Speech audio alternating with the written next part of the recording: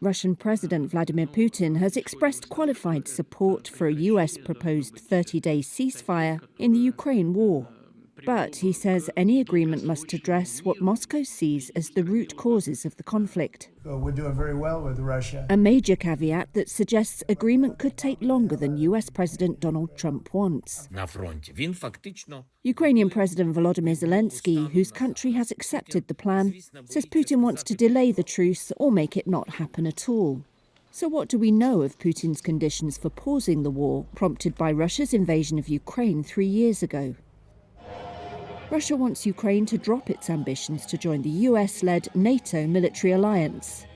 NATO welcomes the aspirations of Georgia and Ukraine for their membership in NATO.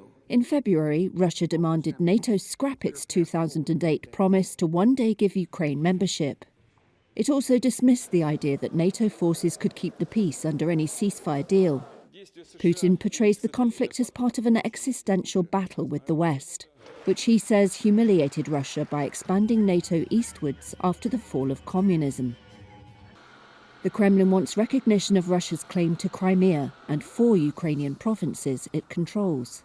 It annexed the Crimean Peninsula in 2014 and sent proxies into East Ukraine.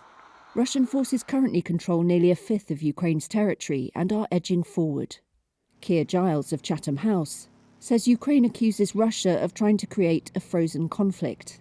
The cementing of the front lines in their current position without any long-term guarantee of ensuring that the war will actually come to an end risks rewarding Russia by making the current zone of control permanent and freezing the conflict in place as opposed to resolving it.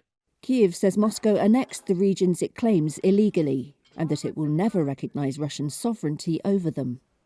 Putin wants the size of Ukraine's army to be limited. He says the ceasefire would have to ensure that Ukraine didn't use the time to regroup, train and take weapons deliveries, something Russia could also do. Russia will be rebuilding its military force even faster without Ukrainian forces eroding it almost as fast as it can be rebuilt. And Ukraine, of course, will be rebuilding its defenses. Both sides are sustaining heavy casualties in what has become a war of attrition. But Russia is currently in the stronger position, experts say, while the future of US aid to Kyiv remains unclear under Trump.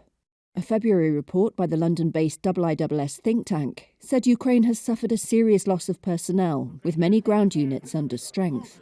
Kyiv has launched a military recruitment drive to address its manpower problem. The Kremlin has also previously demanded an agreement not to deploy foreign troops in Ukraine. Putin has also made clear he wants Western sanctions on his country eased, and a presidential election to be held in Ukraine, which Kyiv says is premature while martial law is still in force.